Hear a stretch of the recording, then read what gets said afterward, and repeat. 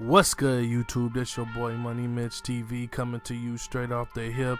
Man, this NBA offseason has been so lit. Starting from Phil Jackson being fired from the Knicks, thank God the NBA gods have answered us.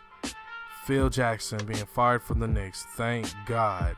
Also, Jimmy Butler being traded to the Minnesota Timberwolves.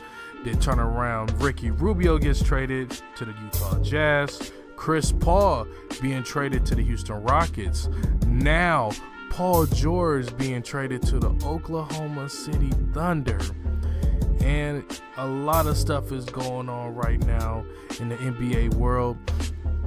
First things first, I just want to say it's about time, Jim Dolan. It's about time you let go Phil Jackson. He was killing the franchise for the New York Knicks.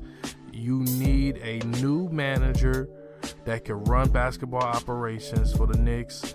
And I feel like since, James Dolan have let go Phil Jackson, the Knicks now have a better chance of bringing in free agents. But here's the only thing. Carmelo Anthony is still unhappy with the Knicks and he wants a buyout or he wants a trade. And here's what I've been reading on the internet. If Carmelo Anthony wants a buyout, he's going to Cleveland. If he wants a trade, he's going to Houston. And that's the only team he's waiving his no trade clause for, is just going to Houston if it's a trade.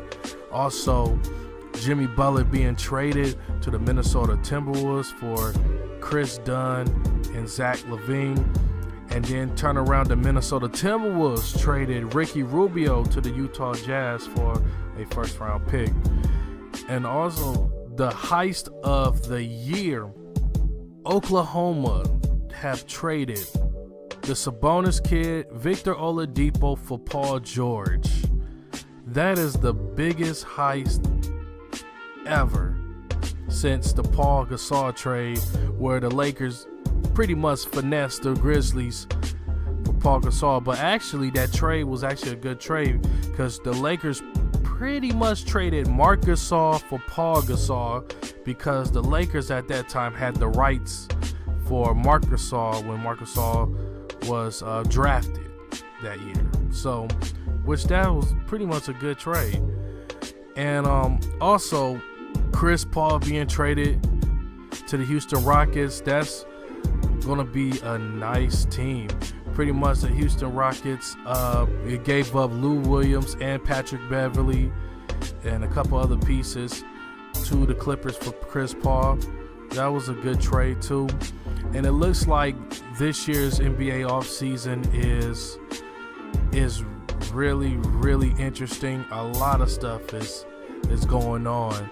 Paul Millsap is not re-signing with the Hawks, and also there's rumors that Paul Millsap is going to sign with the Minnesota Timberwolves, although the Minnesota Timberwolves don't have enough money in their cap space, but he's willing to sign a small contract to fit with that team.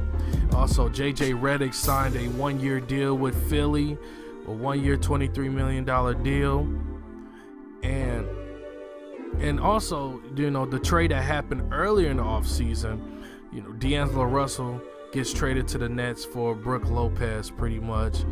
And, I think the Nets needed a young star, and I think that was good for the Nets to pick up D'Angelo Russell.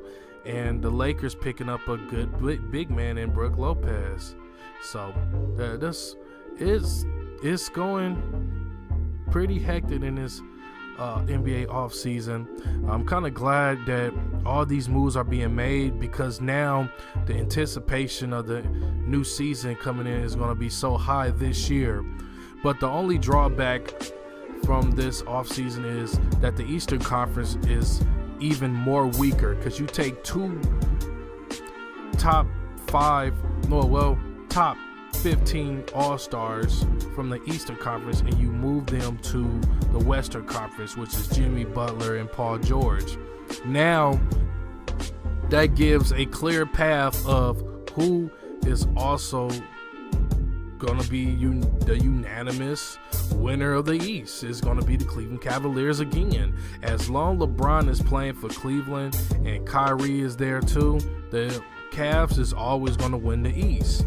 And you know, Toronto have a chance if they could keep Kyle Lowry and Serge Ibaka. That's the only team that has a chance. Also, Boston has a chance too if Boston, if they're able to get Gordon Hayward. If they are able to get Gordon Hayward, then I could put Boston over Toronto. And you know, the East is getting real weak and the West is getting even stronger. If you actually look at the conferences now, it's very lopsided. So don't be surprised that the Eastern All-Star team is LeBron, Kevin Love, Kyrie, Giannis, John Wall, Bradley Beal, and a bunch of nobodies at the end. So don't be surprised.